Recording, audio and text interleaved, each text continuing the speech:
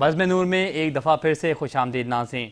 हमारे दरमियान मौजूद हैं, अभी खुसूसी शिरकत की है मोहम्मद सलीम साहब ने। मोहम्मद सलीम साहब बिल्डर हैं और इसके साथ ही खुसूसी शिरकत हुई है जावेद अजीम साहब की। आप जनरल सेक्रेटरी हैं पीपल्स पैरा मेडिकल स्टाफ के।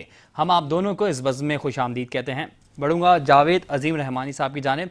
जावेद साहब, मुझे बताइएगा कि मावरा बिल्डर्स एंड डेवलपर के CEO हैं आप। आपने कैसे सोचा ये बिल्डर्स का और डेवलपर का काम का आगाज़ करने के लिए?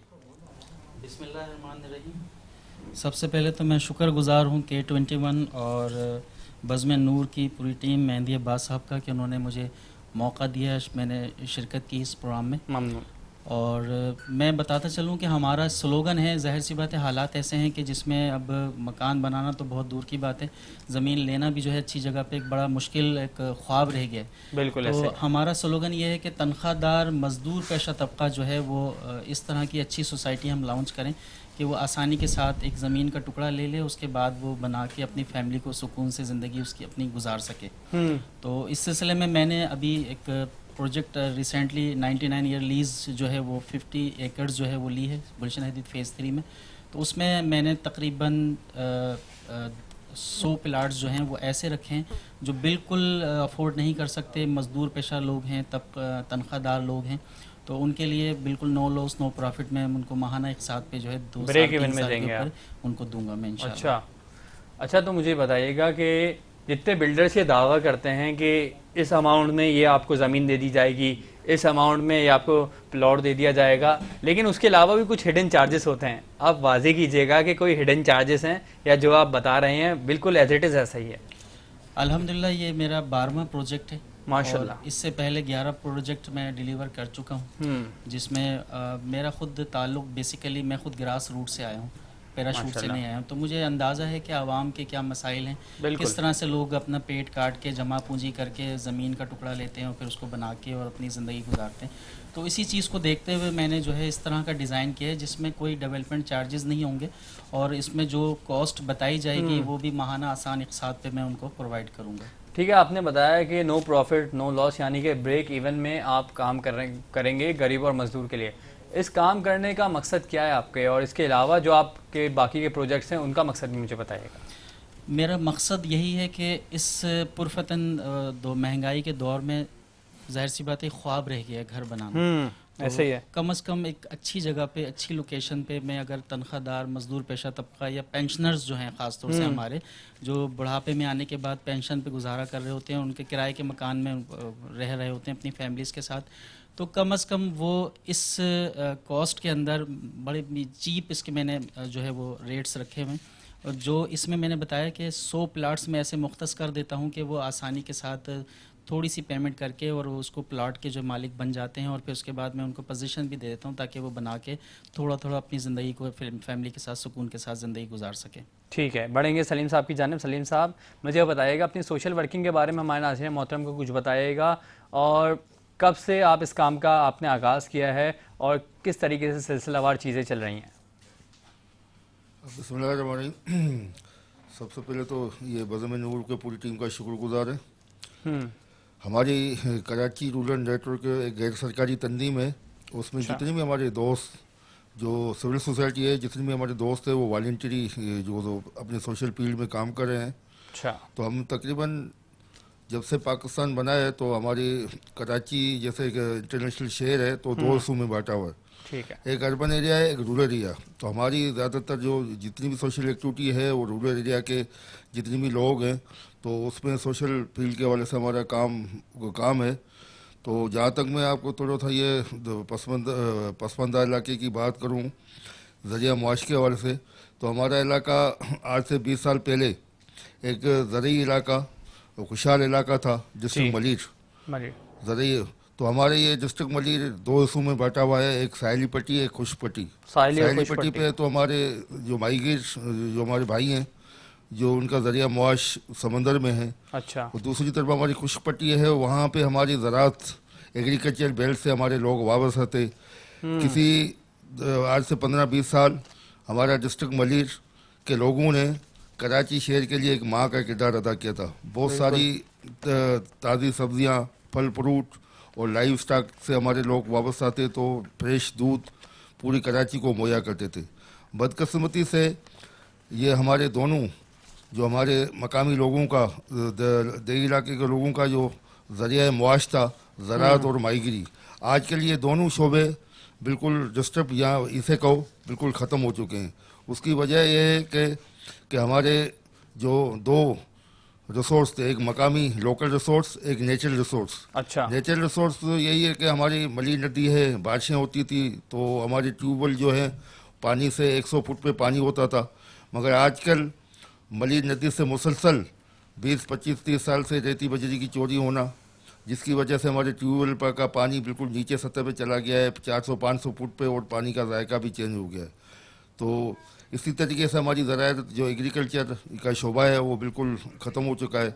माहीगिरी जो हमारे माहीगिर दोस्त थे तो समंदर में वो जाकर अपने ज़रिया मुआश के हवाले से मतलब शिकार करते थे, मगर आजकल काफ़ी सालों से वहाँ माहीगिर जो समंदर में स्टेट की जानिब से मुख्तलिफ पाबंदियाँ लगने की वजह से वो माहीगिरी का जो ज़रिया मुआश था वो भी मतलब तबाहाल हो गया है, जिसकी वजह से हमारे लोग बेरोज़गार हो गए हैं। बेरोज़गार और गुर्बत ज़्यादा बढ़ने की वजह से हमारे इलाके में जो लोग हैं अपने बच्चों को तालीम से और सेहत के हवाले से तो बिल्कुल मतलब अफोर्ड नहीं कर रहे हैं, जिसकी वजह से हमारे तालीम की जो शरह है वो भी हम बिल्कुल पीछे जा रहे हैं। बाकी हेल्थ के हवाले से जो हमारी रूरल एरिया में डिस्ट्रिक्ट मली में जो सहूलतें हैं वो न होने की बराबर है। तो इसी तरीके से हमारे जो लोग हैं आजकल हमारे रूरल इतना इंटरनेशनल शहर में कराची जैसे शहर में होते हुए हम बिल्कुल बुनियादी सहूलतें आज के दौर में भी हम रोज़गार के हवाले से, सेहत के हवाले से, तालीम के हवाले से और दूसरी बुनियादी सहूलतों के हवाले से हम मारूम है। न हमारे पास वहाँ पब्लिक ट्रांसपोर्ट है, न ख़वातीन के हवाले से हमारे तरक्की या रोज़गार के हवाले से कोई ज़रिया है। तो लिहाजा हुकूमत सिंध को मतलब आज के इस प्रोग्राम के हवाले से यही मतलब पैगाम है कि हमारे जो रूरल एरिया है, रूरल एरिया में खुसूसी तौर पर वहाँ के लोगों के ज़रिए मुआश के हवाले से और उनकी ज़िंदगी की बहाली के हवाले से खुसूसी तौर पर तवज्जो देकर वहाँ के उनके लिए एक स्पेशल पैकेज का मतलब अनाउंसमेंट करें सलीम साहब मुझे बताइएगा दोबारा अपनी ज़िंदगी को बहाल कर सकें और दो लोग दोबारा अपने बच्चों को तालीम के जैसे जेवर से कर सकें। हमारी जो कराची रूरल नेटवर्क की हमारी तंजीम है तो इसी पे हम एडवोकेसी मुहिम चलाते हैं, एडवोकेसी कैंपेन चलाते हैं ताकि लोग दोबारा हमारा डिस्ट्रिक्ट मलीर ज़राअत के हवाले से। ठीक है सलीम साहब हमारे नाज़रीन मोहतरम को बताइएगा कि डिस्ट्रिक्ट मलीर के खुश पट्टियों के अलावा और साहिली पट्टियों के अलावा मजीद कहाँ काम किया हुआ है आपने? मलीर का मजीद कहाँ किन एरियाज में काम किया हुआ है डिस्ट्रिक्ट मलीर के अलावा? वैसे तो हमारे जैसे रूरल एरिया डिस्ट्रिक्ट मलीर जो है ना इब्राहिम से लेकर कंजग मुईदान तक जो एक हमारे पास 3 वहाँ एक बॉर्डर जो हमारा रकबे के हवाले से भी हमारा डिस्ट्रिक्ट मलीर बढ़ा है 1200 किलोमीटर पे हमारा। उसके अलावा कहाँ काम किया हुआ है? तकरीबन हम मतलब जितनी रूरल एरिया है रूरल एरिया में हम जो सिविल सोसाइटी मुख्तलिफ शोबे से ताल्लुक़ रखने वाले लोग हैं या हमारी पार्टनर जो इंटरनेशनल NGOs हैं उनसे मिलकर हम लोग काम करते हैं। तो यही है कि हमारा जो एक बॉर्डर हमारा डिस्ट्रिक्ट बलूचिस्तान डिस्ट्रिक्ट लसबेला बलूचिस्तान से हमारा बॉर्डर लगता है, एक बॉर्डर हमारा डिस्ट्रिक्ट जामशोरो से, तीसरा बॉर्डर हमारा डिस्ट्रिक्ट ठट्ठे से। तो ये 3 डिस्ट्रिक्ट में लगता है आखिरी मतलब कराची की जो आखिरी हदूद है वहाँ तक हम हमारी जो है ना कराची रूरल के जो हमारे वॉलंटियर लोग हैं तो अपने अपने इलाके की तरक्की के हवाले से अपना रोल। ठीक है, आपका पॉइंट आ गया। ठीक है, बढ़ेंगे आरिफ अली अब्बासी साहब की जानिब। आपने ब्रेक से पहले बात की थी लोगों को रोज़गार देने के हवाले से और खैरात की लानत से बचाने के हवाले से, तो मुझे बताएगा कि आपकी अंजुमन ने अब तक कितने लोगों को रोज़गार दिया या अज़्म किया है या कोई मनसूबा बंदी है कि मज़ीद इतने लोगों को रोज़गार दिया जाए, और कैसे मतलब मछली देने के बजाय मछली पकड़ना सिखाएं? सबसे पहले तो ये कि रोज़गार देने से पहले उनको सबसे पहले स्किल्ड पर्सन करना है ना, कुछ उनको टेक्निकल एजुकेशन सिखानी होती है। तो जैसे मेडिकल की फील्ड में उनको सिखा दी, इंजीनियरिंग की फील्ड के उसमें सिखा दी जी, और काफ़ी सारे और ट्रेड हैं उसमें सिखा दी। तो हमने सबसे पहले फोकस रखा था एजुकेशन, टेक्निकल एजुकेशन के ऊपर ना। तो उसमें काफ़ी 15 से 2000 बच्चे हमने ट्रेंड करके उनको खुद कफील कर दिया है माशाल्लाह से। तो हमारा फोकस रहा है एजुकेशन। पहले उनको एजुकेशन दो, टेक्निकल एजुकेशन, उसके बाद वो नौकरी खुद माशाल्लाह से हासिल कर लेगा। खुद उसको हासिल कर कहीं ले। पे जाने की ज़रूरत नहीं पड़ेगी, किसी की सिफारिश की ज़रूरत नहीं पड़ेगी, क्योंकि वो एजुकेशन ऐसी होगी कि स्किल्ड एजुकेशन होगी, उसको आराम से कोई ना कोई डिपार्टमेंट जो है वो ऑफ़र कर देगा। ठीक है। मीर सज्जाद साहब, बैगर माफिया बहुत बढ़ गया है शहर में, बहुत आ चुके हैं रमज़ान में तो बैगर माफिया का क्या किया जाए, कैसे कंट्रोल किया जाए, बैगर माफिया के होते हुए असली ज़रूरतमंदों की कैसे ज़रूरत पूरी की जाए? मैं ये कहना चाहूँगा कि इनको जो है, जब तक हुक्मरान जो है हमारे इनको ठीक से इनको लगाम नहीं देंगे तो ये कभी नहीं रुक सकता है, क्योंकि ये शुरू से ये होता है हमारे पास, हमारे पाकिस्तान में यही होता है कि जो मतलब हमारे हुक्मरान करप्टेड हैं, तो वो नीचे से लेके ऊपर तक आपको सिस्टम पता है कि ये क्या होता है क्या नहीं होता। अभी मैं तो ये खुल के नहीं बोल सकता, क्योंकि ये सिस्टम का हिस्सा है ये, क्योंकि ये हम इनको रोक नहीं सकते। अगर रोकेंगे तो हमारे ऊपर ये जो है वो हमें कहेंगे कि आप क्यों रोकने वाले हैं, आप होते कौन हो, क्योंकि हमें उल्टा वो आवाम को पकड़ के अंदर कर देंगे। ये ऐसे लोग हैं, क्योंकि हम इनको कभी भी लगाम नहीं डाल सकते। ठीक है, क्योंकि ये ना लगाम किसी के उस कहने में आ सकते हैं, ना कोई ये ऐसा कुछ हो सकता है कि इनको लगाम देकर इनको बंद किया जाए। ठीक है। अब मेरा सवाल है जावेद अजीम रहमानी साहब से कि पैरा मेडिकल के हवाले से क्या क्या खिदमात है आपकी, क्या क्या काम किया आपने? पैरामेडिकल के हवाले से हमारे यहाँ कमेटियाँ बनी हुई हैं, जिना अस्पताल, सिविल अस्पताल, ट्रामा सेंटर, NICH, NICVD। तो वहाँ पे हम मरीज़ों की फलाह बहबूद के हवाले से काम करते हैं, जिसमें उनकी दवाई से लेके उनकी ट्रीटमेंट और जो भी फेवर हम सरकारी सतह पे दे सकते हैं वो हम देते हैं। इसके अलावा हम कैंपिंग करते हैं रूरल एरियाज़ में जाके, वहाँ पे मेडिसिन वगैरह जो भी अवेलेबल होती है, नहीं होती है तो हम ख़ुद अपनी मदद आपके तहत वो प्रोवाइड करते हैं और उनको मेडिकल ट्रीटमेंट हम मुहैया करते हैं। अच्छा, यानी कि अगर कोई ऑर्गेनाइजेशन आपसे गुजारिश करे कि रिक्वेस्ट करे, मुअद्दबाना गुजारिश करे कि हमारे ऑर्गेनाइजेशन के तहत या आप इससे कोलैबोरेट करके कोई फ्री मेडिकल कैंप लगाएं, तो आप लोग सर्विस प्रोवाइड करेंगे? जी बिल्कुल, ऐसा होता है।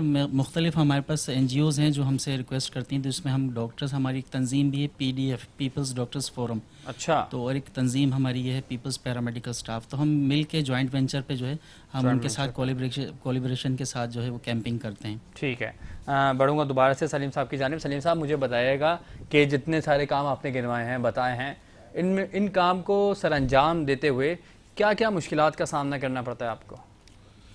इसमें है कि हम लोग ये वहाँ हमारे लोग दिन ब दिन मसाइल में इजाफा होता जा रहा है और मसाइल हल होने की मतलब कोई उम्मीद नज़र नहीं आ रही है। बिल्कुल हमारे इलाके के लोग मायूसी आलम का शिकार हैं और वहाँ इलाके में हमारी मंशियात, जैसे हमारे नौजवान हैं, नौजवानों के हवाले से कोई स्पोर्ट के कोई वहाँ बड़ी स्टेडियम में या स्पोर्ट कोर्ट के हवाले से सहूलतें नहीं है, या हमारे जो नौजवान हैं, नौजवानों की तरक्की के लिए कोई ऐसे शोबे यहाँ डिस्ट्रिक्ट मजीद में कायम नहीं है, जिसकी वजह से हमारे नौजवान लोग बेरोज़गारी से तंग आकर मंशियात के आदी हो जाते हैं। मंशियात का वहाँ डिस्ट्रिक्ट मजीद में बहुत बड़ा उरूज है, जिसकी वजह से वहाँ हमारे इलाकों में मंशियात फरोशों की वजह से, मंशियात की आदी की वजह से, लोगों की वजह से अमान के हवाले की सूरत हाल भी दिन ब दिन खराब होती जा रही है। अच्छा। तो इसी हवाले से मसाइल मतलब हम बहुत कोशिश कर रहे हैं कि दोबारा हमारी ज़िंदगी एक पुरअमन तरीके से दोबारा बहाल हो, मगर हम मतलब बिल्कुल नाउम्मीद जो हो चुके हैं। एक तो हमारे पास जो ज़मीनें थी तो मुख्तलिफ बड़े बड़े वहाँ जो बिल्डर माफिया का प्रोजेक्ट हैं, जिस तरीके से हमारे बेरिया टाउन का मिसाल ले लें, DHA का ले लें, बहुत सारे बड़ी बड़ी जो माफिया हैं, उन लोगों ने हमारे जो जितनी भी ज़मीनें हैं उनको पर वो काबज़ हो गए हैं। अच्छा। तो हमारे जो उस नुकसान की वजह से हमारे डिस्ट्रिक्ट मजीद में मकामी लोग अक़लियत में तब्दील होते जा रहे हैं और आउट ऑफ जो लोग हैं वो ज़्यादा से ज़्यादा वहाँ उनके बिल्डर माफिया की तवज्जो से वो लोग वहाँ आबाद हो रहे हैं। ठीक है। तो हमारे आरिफ अली अब्बासी साहब की जानिब आएंगे, आपसे मज़ीद गुफ्तगू करेंगे।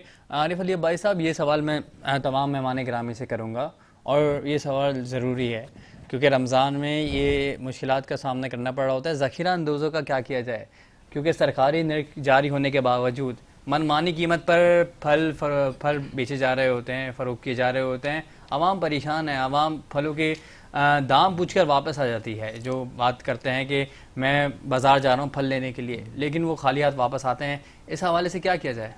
उसके लिए सबसे पहले तो गवर्नमेंट की एक कमेटी बनी हुई है, प्राइस कंट्रोल लिस्ट जो चेक करने आते हैं। गवर्नमेंट की ऐसी साहब होते हैं, असिस्टेंट कमिश्नर जी, साहब जी। ऑन ग्राउंड चेक कर रहे होते हैं रेट्स। हम्म, ठीक है, ज़ख़ीरा अंदोज़ी तो कोई छुपा के भी कर रहा होता है, कोई जायज़ और भी कर रहा होता है, लेकिन सबसे पहले जब तक वो एक डिपार्टमेंट बना हुआ है गवर्नमेंट का, प्राइस कंट्रोल लिस्ट, और एक कमेटी बनी हुई है प्राइस चेकिंग कंट्रोल लिस्ट के नाम से ना, प्राइस चेकिंग कंट्रोल लिस्ट के नाम से। तो वो उसको फाल किया जाए। गवर्नमेंट ऑफिसर जो है उनको फ्री हैंड दे दें, अच्छे ऑफिसर्स जो है वो कॉम्पिटेंट जो है ना डिप्लॉय कर दें, तो माशाल्लाह बेहतर हो सकता है। कैसे फाल किया जाएगा अगर प्राइस हुकूमत चेकिंग चाहे कंट्रोल तो वो कर सकती है इस चीज़ अच्छा। में। जो है वो कंसर्न जो इदारे हैं, लॉ इन्फोर्समेंट एजेंसीज़ हैं, उनको ऑन बोर्ड लेके आप प्राइस जो है मिनिमाइज़ करवा के जो गवर्नमेंट के रेट है उनके ऊपर आप जा सकते हैं। ठीक है, अगर मीर आपकी सज्जाद, जी जी, अगर बात आपकी कंप्लीट करने करें। की अगर आपका मोटिव है कि सस्ते फ्रूट मिलें, सस्ते रेट के ऊपर मिलें और गवर्नमेंट की प्राइसेस के ऊपर मिलें, तो आपको वो इम्प्लीमेंट करवाना पड़ेगा। ठीक है। मीर सज्जाद साहब, इन्होंने बताया कि ये कंट्रोल करने के लिए भी असिस्टेंट कमिश्नर होते हैं और दीगर होते हैं, लेकिन असिस्टेंट कमिश्नर बाज़ार में छापे मारते हैं और फल फरोख्त करने वाले कम कीमत करते हैं, लेकिन असिस्टेंट कमिश्नर के जाने के बाद वो दाम अपने आप वापस ऊपर आ जाते हैं। इसका क्या तरीक़ेकार है? सर जी, ये बहुत ही आपने ज़बरदस्त ये सवाल किया। ये माफिया है, ये समझो माफिया है। जैसे माशाल्लाह से जफर अब्बास जेडीसी का एक मतलब फलाई इदारा है, उनका एक अपना, उनका काम ही नहीं है ये काम, मतलब वो खुद ही काम करें। एक मतलब लोगों के पास जाकर उनके मसले मसाइल देख रहा है, हालांकि हुकूमत को ये काम करना चाहिए, मगर वो खुद जाकर उनका बाइकाट कर रहा है। और सोशल मीडिया पे भी ये ट्रेंड चला था कि फलों का बाइकाट करो। ये अगर हम करेंगे तो मतलब हम जो है इनको कंट्रोल करवा सकते हैं प्राइस, क्योंकि ऐसे प्राइसेस जो है ना कंट्रोल कभी नहीं हो सकते हैं जब तक हम खुद इनके ऊपर कुछ हम एहतजाज रिकॉर्ड नहीं करवाएंगे, तब तक ये कुछ भी नहीं हो सकता। क्योंकि ये हुक्मरान जी चाहते ही हैं कि आवाम के ऊपर ये मतलब बम पड़े, हाँ, ये डालना चाहते हैं कि इधर ही बम उनके ऊपर फटे, यही मर जाए यहाँ पर। सही सही सही। बस इस अच्छा, जावेद रहमानी साहब, आप बताइएगा ज़ख़ीरा अंदोज़ों को लगाम कैसे डाली जाए? क्या तरीक़ेकार अपनाना चाहिए कि ज़ख़ीरा अंदोज़ों से जान छूट जाए हमारी? मैं सिर्फ इतना कहूँगा कि अल्लाह ताला फरमाता है कि हुक्मरान अवाम जैसी होती है वैसे हुक्मरान मुसल्लत करता है। बिल्कुल। सबसे पहले तो हमें अपना मुहासबा करना चाहिए, अपने आप को दुरुस्त करना चाहिए, हमारा मुआशरा खुद ब खुद सही हो जाएगा। अच्छा, कहूँगा। ठीक है। सलीम साहब, आप बताइएगा कि ज़ख़ीरा अंदोज़ों का क्या तरीक़ेकार अपनाना चाहिए उनसे निजात पाने के लिए? यह है कि इलाके में जितनी भी जो बुनियादी सहूलतें हैं वो लोगों को बेहतर हो। सबसे पहले जो एक जस्टिस है, इंसाफ, हर जगह पे इंसाफ लोगों को आसानी से मैसर हो। तो जब लोगों को इंसाफ जस्टिस मैसर होगा तो कोई भी गैरकानूनी काम नहीं होगा। हमारे इलाकों में 92 में ज़रूरी ज़मीनों के हवाले से जितनी भी हमारे लोगों के पास, जो मकामी लोगों के पास ज़राअत के हवाले से जो ज़मीनें काश्तकारी के लिए दी थी, तो उनको 92 में ख़त्म करके एक सिटी एजुकेशन के नाम से प्रोजेक्ट बनाया गया था और मुख्तलिफ कमर्शियल इदारों को 1500 से 2000 तक एकड़ ज़मीन उनको अलाट की गई थी। अच्छा। मगर वो इदारे कायम करने के लिए बाकायदा उनको कहा गया था तो 5 से 10 सालों में अपने इदारे वहाँ आपको कायम करने हैं इलाकों में। तो वहाँ 30 साल हो गए, 30-35 साल हो गए, वो उन इदारों कमर्शियल इदारों के ज़मीन कब्ज़े में है। उन लोगों ने अभी तक अपने इदारे कायम नहीं किए, जिसकी वजह से हमारे मकामी जो गोट हैं दिन ब दिन रोज़ उनको मसवार किया जा रहा है, गैरकानूनी तरीके से उनको ख़त्म किया जा रहा है। मकामी जो पाकिस्तान बनने से पहले हमारे डिस्ट्रिक्ट मली में जो गाँव थे उनको दिन ब दिन मसवार किया जा रहा है। कोई मतलब जो इंसानी हुकूक की तंजीम हैं, जो हमारे अदालतें हैं, तो वो मकामी लोगों के ऊपर इतना जुल्म हो रहा है होने के बावजूद खामोश हैं, जिसकी वजह से हमारे जो लोग हैं एक लावारिस वाली ज़िंदगी बसर कर रहे हैं। क्योंकि न हमारे लोगों को इंसाफ मैसर है, न हमारे लोगों को बुनियादी सहूलतें मैसर है। हमारे पास जो हमारी अपनी जो मकामी जो रिसोर्स थे, यूनियन कौंसिल थी, यूनियन कौंसिल की अच्छी मतलब बजट थी, वो बजट हमारे इलाकों पे आज से 20 साल पहले खर्च होती थी। मगर वो उन यूनियन कौंसिल को ख़त्म करके सिटी एजुकेशन सिटी गवर्नमेंट बनाएगी, सारा फंड सिटी गवर्नमेंट में चला गया, जिसकी वजह से हमारी अपनी डिस्ट्रिक्ट मलेर की यूनियन कौंसिल, एक हमारी यूनियन कौंसिल दरसानू छनू थी, जिसकी 64 करोड़ रुपये बजट थी सालाना। 64 करोड़ रुपए। हमारी अच्छा। कॉन्कर्ड यूनियन कौंसिल थी, उसकी हमारी 9 करोड़ रुपये बजट थी। ऐसे लांडी यूनियन कौंसिल थी, 9 करोड़ रुपये बजट थी। इसी तरीके से हमारी मकामी जो यूनियन कौंसिल थी, उनके अपने बाप रिसोर्स थे जो इलाकों के डेवलपमेंट के वाले बुनियादी सहूलत के वाले खर्च होते थे, मगर वो 2002 में मुशर्रफ के हुकूमत में सिटी हुकूमत बनाकर हमारे जितने भी मकामी जो रिसोर्स थे उनको वहाँ शिफ्ट किया गया। सिटी गवर्नमेंट की वजह से हमारे रूरल एरिया में जो तरक्याती काम जो बजट इस्तेमाल होनी थी वो नहीं हो सकी, जिसकी वजह से हमारा एक खाल पैदा हो गया। आज तक हमारे इलाके के लोग पीने जैसे साफ पानी पीने जैसा जो साफ पानी है उससे महरूम है। बिल्कुल। न हमारे इलाकों में कोई अच्छी हॉस्पिटल है, न कोई अच्छे गवर्नमेंट के स्कूल हैं, तो वो मुख्तलिफ मसाइल का शिकार हैं। तो जिसकी वजह से अभी हमारे बच्चों का जो एजुकेशन के जो मुकाबला है, जैसे कि कराची अर्बन इलाकों में हाई फाइव जो स्कूल हैं, उन स्टूडेंट के साथ हमारे रूरल एरिया के बच्चों का मुकाबला है। तो आपको पता है कि यूनिवर्सिटी में आजकल बड़ा टफ होता है एग्ज़ाम। तो हमारे पसमानदा इलाके में जहाँ पे कोई बुनियादी सहूलतें नहीं है, न कोई अच्छी एजुकेशन है, न कोई अच्छी हेल्थ है, तो वो बच्चे कैसे अर्बन इलाके के बच्चों के साथ मुकाबला कर सकेंगे, वो तरक्की के सफ़र में कैसे अपने आप को शामिल कर सकेंगे।